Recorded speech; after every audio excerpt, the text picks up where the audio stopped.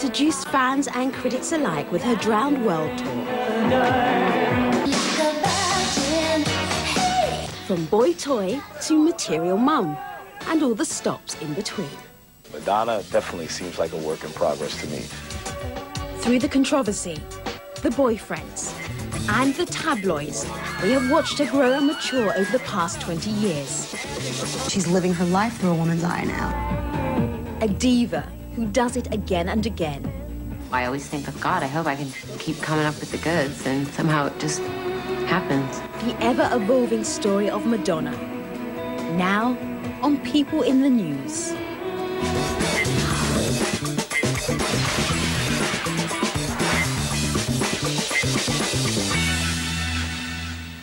Hello and welcome to People in the News.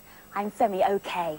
Today we'll be taking a look at Madonna, a material girl who absolutely refuses to dematerialize.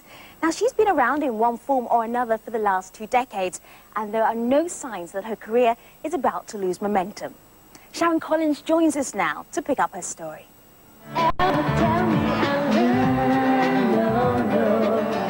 43 years filled with hard work and controversy have landed her here.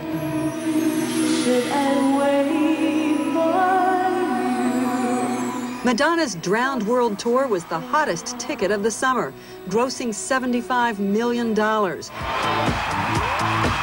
This is a show that is sort of bordering on performance art. As much theater as it is concert, the spectacle has generated serious buzz and stratospheric ticket prices, $3,000 for the best scalped seats. She may be a married mother of 2, but Madonna remains a pop icon. Through scandal, reinvention, and redemption, she's kept fans and critics alike interested for nearly 20 years. She's what I call a true star. Even after all these years, I still am curious as to, I wonder what she eats for breakfast now. And that's because she's inherently interesting. Madonna Louise Veronica Ciccone was born to a homemaker and an automotive engineer on August 16, 1958. The family lived in an unremarkable suburb of Detroit. I won't say that we were poor, but we definitely, I would say we were lower middle class, and I come from a really big family. Named after her mother, a young Madonna worked hard to stand out in a family of 6 kids. Legend has it she would dance and sing on tabletops when the mood struck her.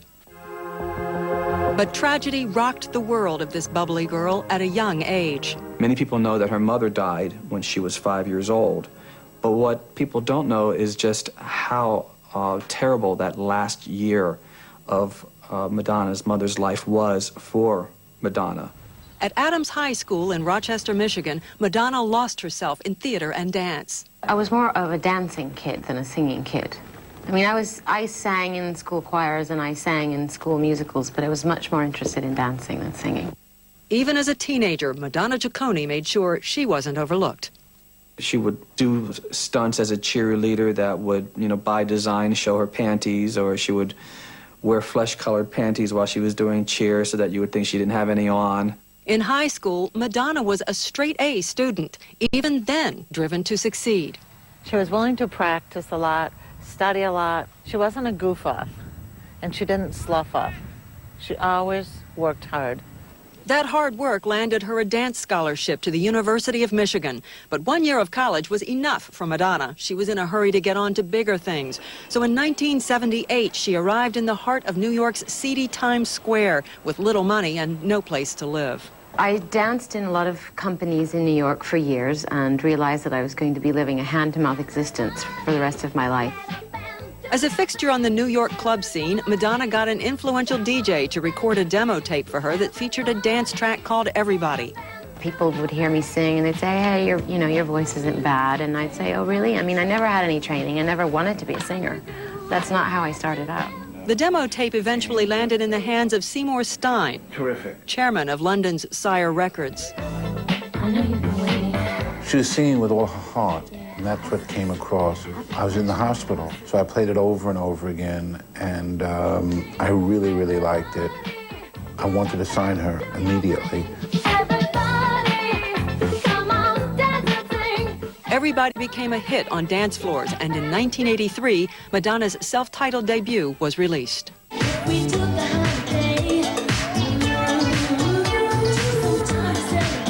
The single, Holiday, earned Madonna an appearance on American Bandstand and an infamous post-performance interview with host Dick Clark. What are your dreams? What's left? To rule the world. There you go. Ladies and gentlemen, this is Madonna. People have said to me, how do you know when you say you knew she was a star? It wasn't from my listening, hearing, seeing anything. I watched the kids and they loved her. She had some sort of a kind of a bizarre outfit on. She looked different and she was different and they loved her. Next came an unforgettable performance at the MTV Video Music Awards.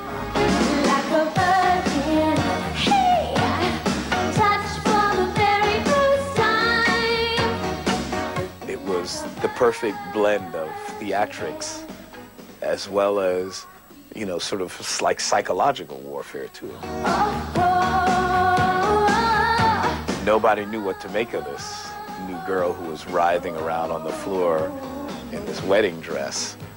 Madonna had invaded the public consciousness and set the stage for nearly 20 years of controversy and success. I thought she was going to be one of these rock stars who would thumb her nose at the American public for a few years and then just slink off into obscurity. But apparently she had bigger plans. When Madonna's story continues, how she turned a steamy video banned by MTV into a marketing coup. For you to justify my love, yearning, burning.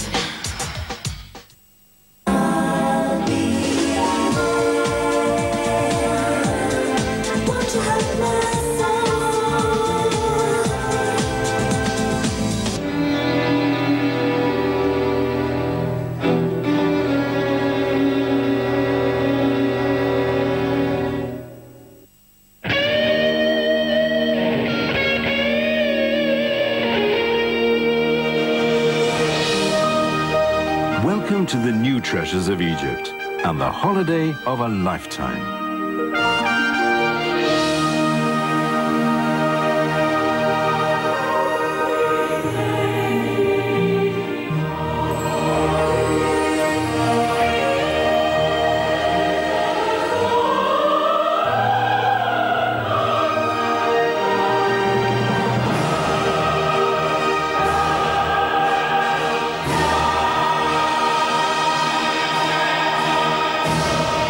There's never been a better time to enjoy a holiday in the land of the Golden Pharaohs.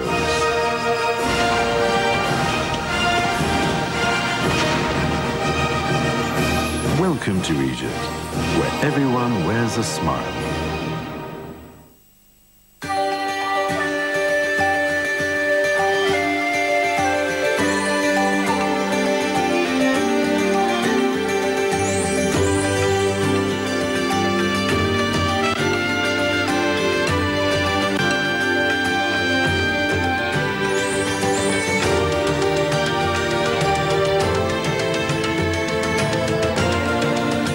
Watch CNN for more city forecasts throughout the day.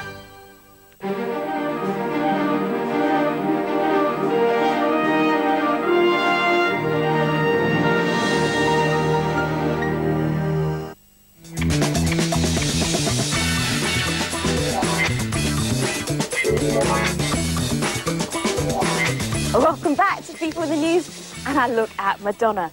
Back in the 80s, it was hard to turn on a television or radio and not see Madonna. She seemed to be everywhere. But this was also the decade when she added films to her list of credits. Once again, Sharon Collins.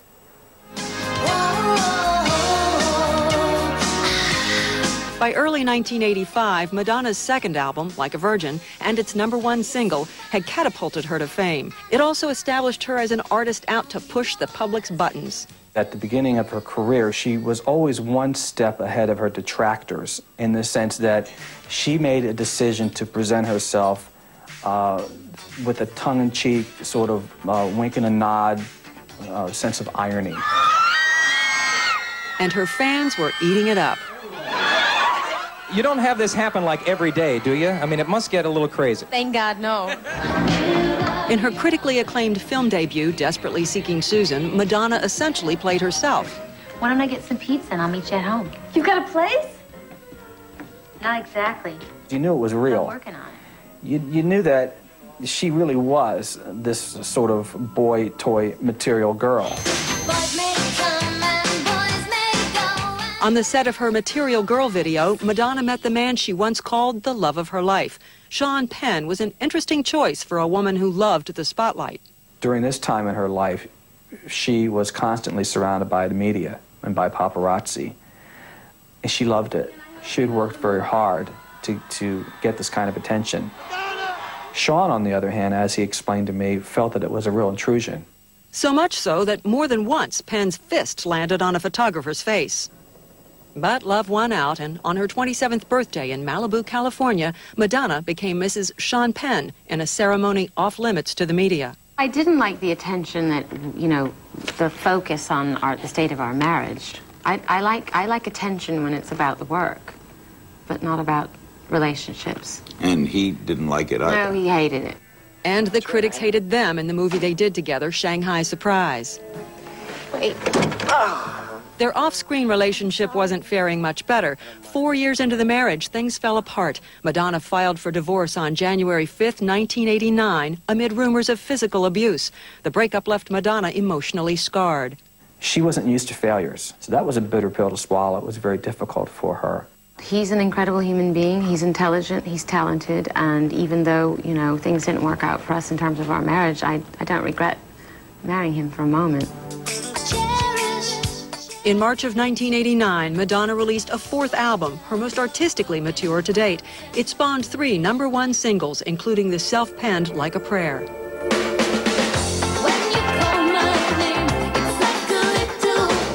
The song's video came complete with burning crosses and sexual innuendo, awakening the ire of religious groups. Well, Madonna's always had sort of a love-hate relationship with the Catholic faith. You know, a lot of what she was doing back in those years was to get attention. And also to make a certain statement that these really are just symbols, and that perhaps the Catholic faith is really about more than that. The hype only added fuel to the fire of Madonna's stardom, a lesson the business-savvy performer would not forget. Madonna continued to express herself. A highly charged performance on 1990's Blonde Ambition tour drew the attention of law enforcement officials, as documented in the behind-the-scenes tour film Truth or Dare. They say that you can't do the masturbation scene tonight, otherwise you'll be arrested. Really? Ooh. Oh, good. Let's see what happens. Look at that. Her 1991 video, Justify My Love, was even too steamy for MTV. The channel refused to air the video, and Madonna refused to re-edit it. Instead, she made the video available in stores, where it went on to sell more than 500,000 copies. Her detractors saw the successful turn of events as a thinly veiled exercise in shrewd marketing. I got the phone call the day that MTV banned the video, and it was not Madonna gleefully jumping up and down, saying, yeah, yeah, yeah. They fell right into it at all. It was a woman saying, I've just spent 3 weeks of my life on this video, you know, and now it might not get seen at all. And then she figures out what to do. And that's what makes her a great businesswoman. Madonna continued down the road to the dark side with the erotic thriller Body of Evidence and the publication of her intensely graphic book of fantasies titled simply Sex.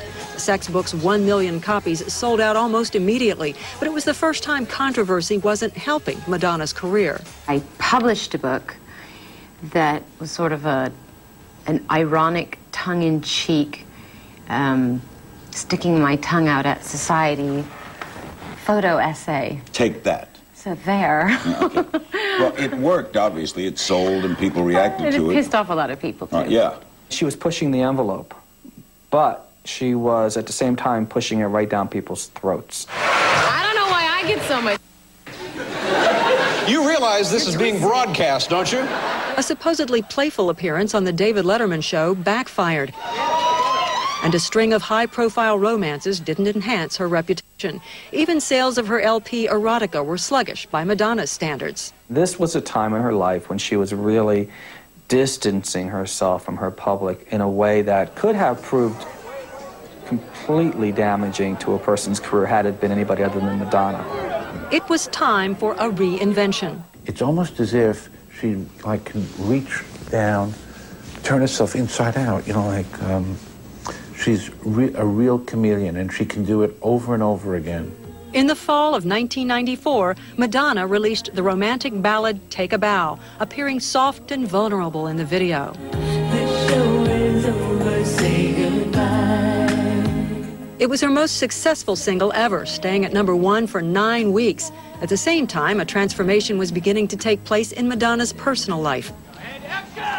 During the filming of Evita, a role Madonna had lobbied after for years, she discovered she was pregnant.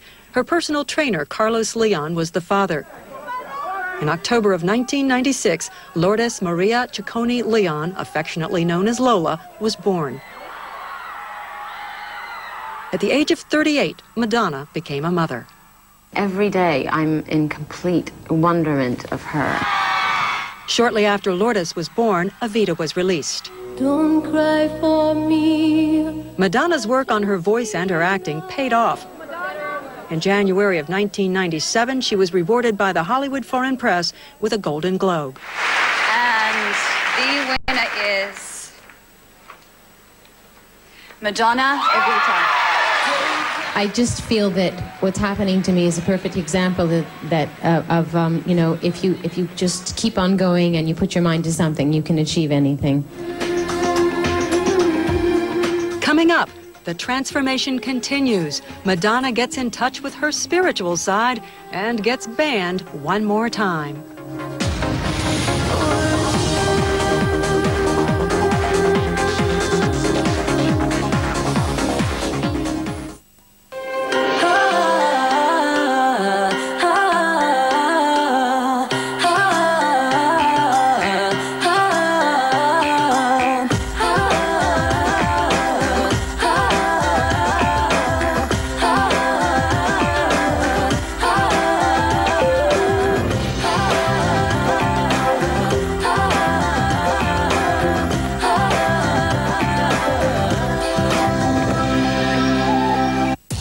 Do they kick it?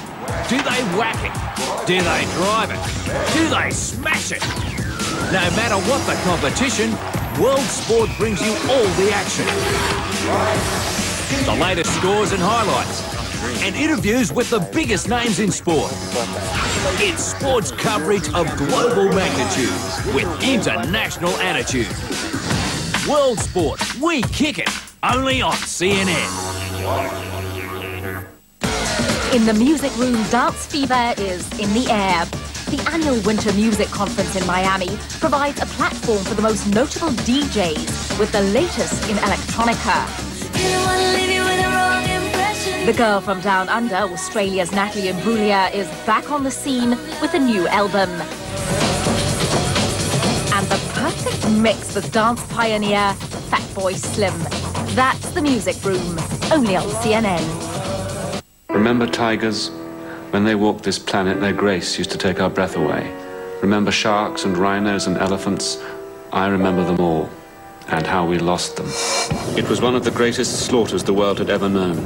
A relentless campaign waged against the wild animal kingdom. The motives were economic. Anything that could be sold was taken. We killed for fur and bones and even food. We took them as pets. We made them into medicines. We bought their shells as souvenirs. We used so much of the forest that gave them shelter that in a short time there was nowhere left to hide. We knew it was coming, but as we said goodbye to them, we asked each other, how could this happen? It sounds like fiction, but it will be fact. A lot sooner than you think if we don't act now. Never buy products made from wildlife. And help preserve the world's forests by buying fewer products made from wood and paper. Your shopping decisions will make the difference. Because when the buying stops, the killing can too.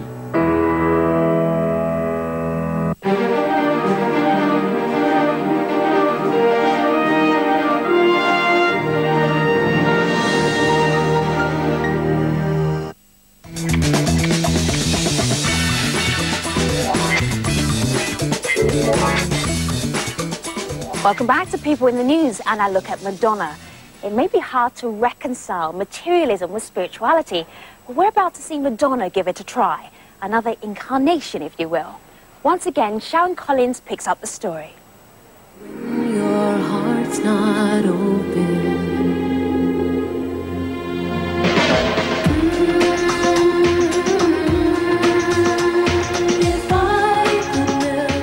more than 15 years in the public eye and almost as many incarnations, Madonna Louise Veronica Ciccone emerged in the late 90s as a woman and mother in search of the deeper meanings in life. I've studied Hinduism, I studied Buddhism, Taoism. You believe in a supreme being? Absolutely, but I also believe that all paths lead to God.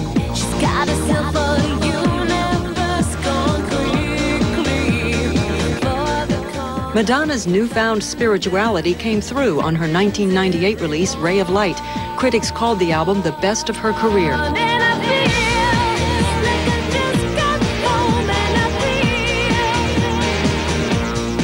It sort of galvanized a great fascination, and people became really interested in what she had to say because they knew that she was saying something personal. I traded fame for love without a second thought. The Ray of Light track Substitute for Love spoke of a struggle to make room for real relationships in a life once defined by an intense determination to be a star. The new Madonna was a far cry from the hard-edged sexual expressionist of the early 90s. Popular conception about Madonna is that she has reinvented herself over and over and over again, and it's often put out there as a pejorative notion in the sense that this is a woman who really has no identity. You can fool some of the people all of the time and all of the people some of the time. It's 19 years. Come on. Give the girl credit. She's a star. She's really, come on. It's just a journey. I mean, I think she's just like everybody else. She's a work in progress. She just happens to be playing it out in front of cameras. In 1999, Madonna received something she had craved her entire career. You win the Grammy. Let's say you win the Grammy. I predict. Your lips to God. Ray of Light won 4 Grammys. Her spiritual rebirth had been validated, and 1 year later, Madonna announced she was pregnant for the second time. Guy Ritchie, an edgy British film director, was the father. Rocco Ritchie was born in Los Angeles August 11th, 2000, at the same time the title track from his mom's forthcoming album, Music, had planted itself in the Billboard Top 40.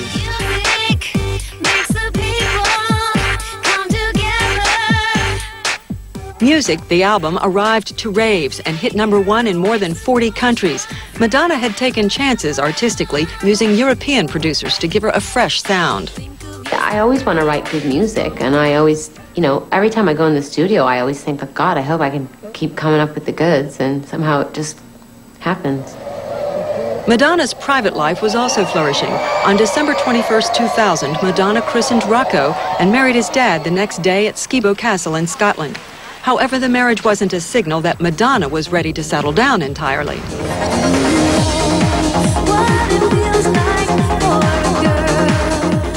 With the help of her director hubby, Madonna got banned from MTV once again with the video What It Feels Like for a Girl. The clip has Madonna and her video granny on a violent tear against random and apparently innocent men. Once again, Madonna's artistic expression managed to push some buttons.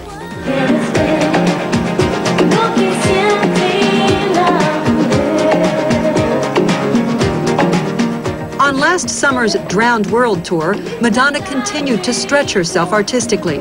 What It Feels Like for a Girl was given a new twist, sung in Spanish.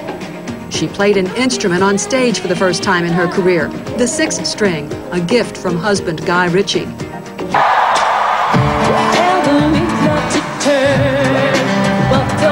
I was in an airport, I wasn't down south, and a high proportion of women had cowboy hats on. I said, what's going on here?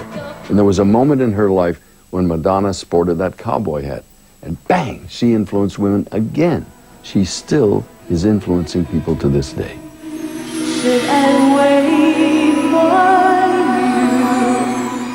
you? At the age of 43 and after 20 years in the spotlight, most who know Madonna think she's far from singing her swan song. I think the artist in her will want to tour again. I don't think that you can pick up an instrument and realize, oh, wow, I can play this. I don't think you can, as an artist, I don't think you can watch your voice start to blossom and not want to go share that with people. If you just look back at all the female superstars that have come and gone in the span of her career, I think it's just not a safe bet anymore to bet against her.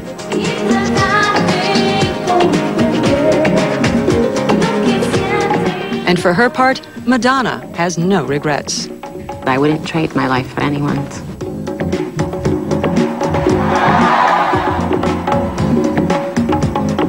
Well, that brings us to the end of our look at Madonna. But before I go, I have a little confession to make. This little beauty has been sitting in my wardrobe for many years, and I have never, ever worn it.